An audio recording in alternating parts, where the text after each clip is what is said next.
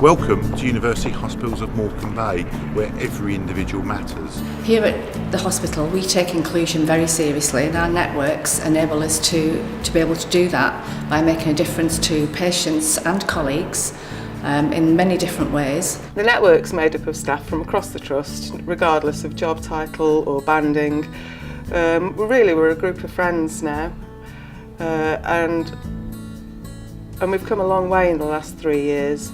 I was encouraged to be part of the Disability Staff Network group by my line manager when I came to join him, and since then we've done various things across the sites.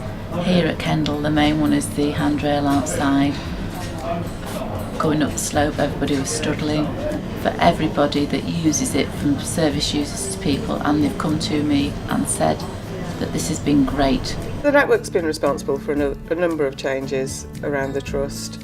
The introduction of handrails, simple things like rearranging furniture in dining rooms so that they're wheelchair accessible, reconfiguring parking spaces, little things that all mount up to making a big difference.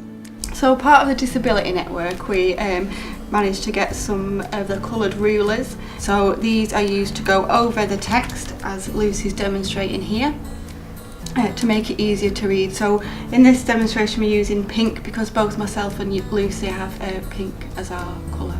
A lot of sort of the information we give patients about the health, new medications that we're giving them, and procedures as well that they may need to consent for. Obviously, if they're not able to read that information properly, then we can't gain consent from them. So it is really important at least then people have access to this equipment. Of all the things I've done in my career, I'm sort of proud to say that I introduced a toilet facility on the Barrow sites, and we're very proud that it's one of only 2 changing places in Cumbria.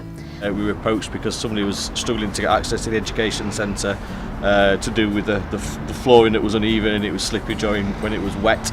There was no handrail on it, so we were approached as a works department to see if we could supply the right environment to let that person access the education centre to carry out their duties. For me personally, I think that this handrail has become a massive help for me to get in and out of work. When I park in the disabled space behind me, I do have good days and bad days when I'm walking, and certain days I do just need that little bit of support, and even just something as small as a handrail can really benefit me getting in and out of work. I suffer with narcolepsy, which is what we sometimes call an invisible illness or an invisible disability. So I'm part of the disability network for that reason, really, as an attempt to work with the network to try and raise awareness of these conditions that people can't see, and to try and work with the trust to help solve some issues for people who aren't necessarily the best advocate for themselves, or don't necessarily have the confidence to come forward to their employers, tell them what their needs are, what the conditions involve, and what they need to try and make the workplace a better place for them. The way to make people accepted is to make sure that people understand they're accepted. So through being open and honest and having conversations about disability, having conversations about mental health, making sure that that's okay, that it's okay to not be okay, but also it's okay to tell somebody that you're not okay.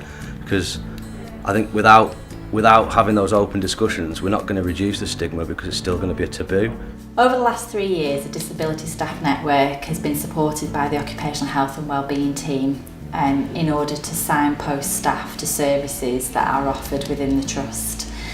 Once upon a time things were very reactive, whereas I do feel that over these years things have become much more proactive, allowing staff to be able to have real-time support given to them as and when they need it.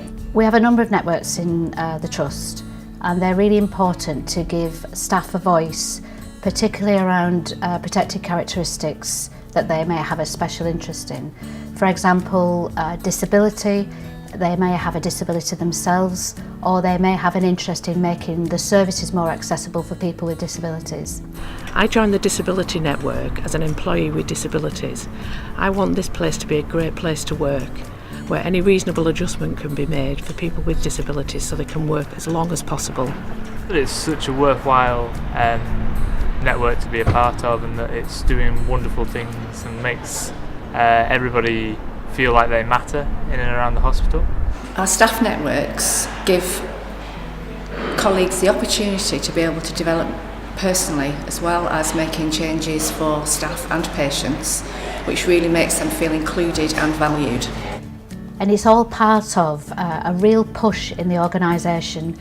Our little motto right from the start has been that we want to be effortlessly inclusive, and that means that inclusion and diversity is part of everybody's roles and responsibilities every day, and it's the golden thread that runs through everything we do to make sure we treat everybody, both patients and staff, with dignity and respect.